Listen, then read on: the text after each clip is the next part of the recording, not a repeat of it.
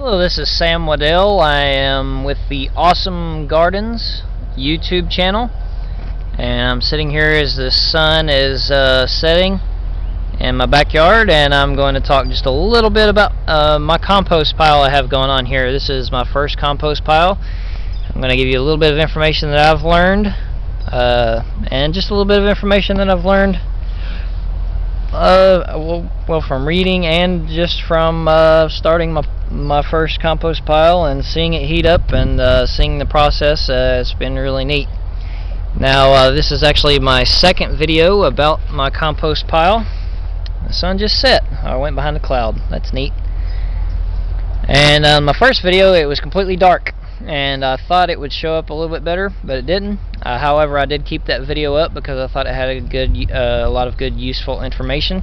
So if you're watching this part 2, go ahead and watch part 1, and then I'll also have a part 3 as well.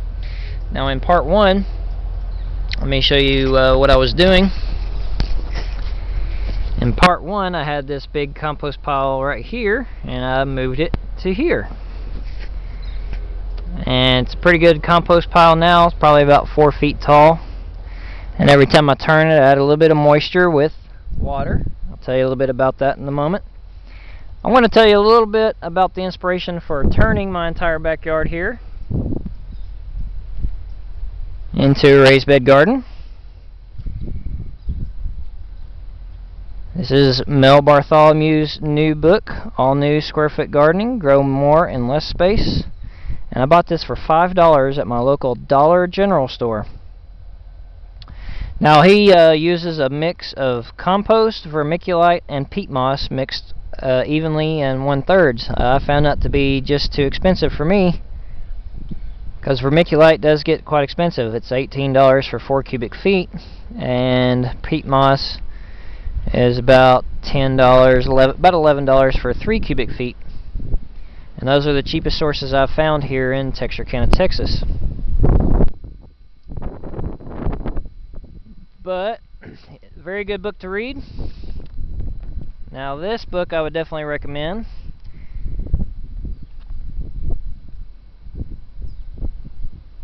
How to Grow World Record Tomatoes by Charles H. Wilbur. There's a little upside down birch sticker. You can tell my daughter's been playing with this book.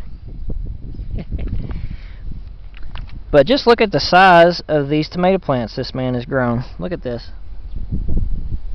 He's standing on a ladder right there, and look at the tomatoes, just covered in tomatoes. Look at this. Turn that sideways so you can see it. He's standing on a ladder there. Those tomatoes are just towering. Here's more pictures. He built the scaffold. I guess that's about 10 feet in the air, and he's standing on top of a ladder. And the tomatoes are still taller than he is. He grew tomatoes 28 feet tall. Or gourd, 62 inches around, or 17 foot tall sweet corn, 12-inch hibiscus, or 105-pound watermelon. I mean, he grew a lot of good stuff. And he gives you some ideas about compost.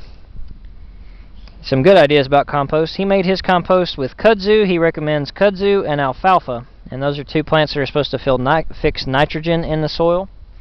And I've heard that kudzu will actually turn a hard clay soil into beautiful, lush black soil. And that's interesting. And without showing too much of what he does, I will give a few details of what I'm doing while using his book. But I just wanted to show a few pictures here real quick. Here he talks about composting. There's his rich black compost. He talks about the squeeze test. I'll tell you that a little bit, about how to keep enough moisture in your compost. That'll be in part 3. I do have a video here, or I wanted to show you this picture about kudzu. Look at the picture of kudzu here.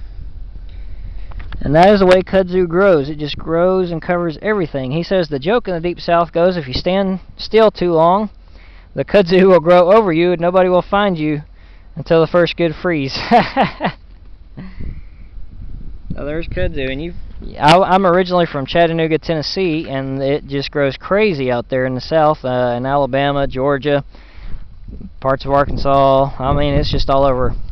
I have found at least two patches of kudzu here in Texarkana, so I do plan on getting some kudzu and composting some kudzu this year. Probably an entire truckload full. Also, I wanted to mention this. Sun came back out. There's a man online, he calls himself Lefty. You can look up Lefty's Revolution, and he gives you some interesting ideas about how to make compost tea and how to make compost as well. I think he does have some videos on YouTube as well. I think he's a good source for compost tea and for making compost. He makes it with compost or kudzu as well, and he just loves kudzu. In fact, he's like, kudzu! Kudzu! He loves his kudzu. So learn what kudzu is, learn what alfalfa is. If you can't get kudzu, get alfalfa, compost it. You probably will have the best compost around as long as it heats up. Now, one reason I did that video in the dark is because when I turn this pile, and I turn this pile with a pitchfork, steam will just be rolling out of this thing. And I was out here one night, and see, I have a light up there, and that light's actually pretty bright, and your eyes get used to it pretty quickly.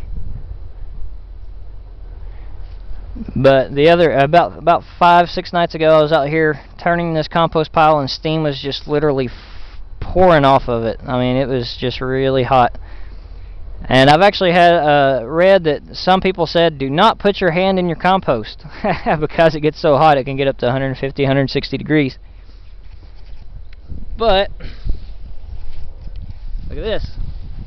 I'm going to reach in here, kind of in the middle. And when you start going, look, I'm about 7 inches deep.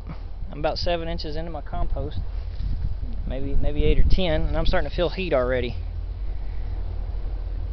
And that's a good way to know if your compost is heating up. Just put your hand in there and feel it. Now, if you put it in too far, of course, it might get really hot.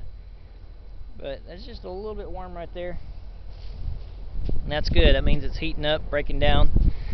So it's a good way to test. And just put your fingers in there a few inches until you feel the warmth. And when you know it's hot and heating up, especially if you turn it and it's steaming. Now, when it was steaming, it was about 40 to 45 degrees outside. So it's kind of cold, and you know, you could see your breath out here. I mean, I am in January, and or this is kind of mid to late January now, and steam was just rolling off of this thing. So I was really happy to see that. So I'm just going to stop it right there, and we'll show you one more thing before I go to the next video. This is something that Charles Wilbur would do, the man who grew the giant tomatoes. You can store your compost. He would store his in wire cages. Wire cages about like this. And I got some more info in part 3 about that. So this is actually the third video I made. I'm pretty bad at editing videos, apparently. I don't really have any video editing software. I have a friend of mine from church thinking she can give me some. But anyway, I kind of made this video so that part 1 and part 3 would flow together easily. Hope you've enjoyed watching, and I've got some more info in part 3. So watch part 3 and watch this amazing transformation of my backyard into a raised bed garden. Here's my compost, and here is my backyard. I'm going to build my greenhouse and raise beds, and look at the flowering broccoli. I have bees right now in mid to late January. In fact, I saw bees out here January 5th in Texas, and we've actually had a mild winter. So the bees are pollinating my broccoli right now. Really neat. And there's a big kale bush plant. Thank you for watching.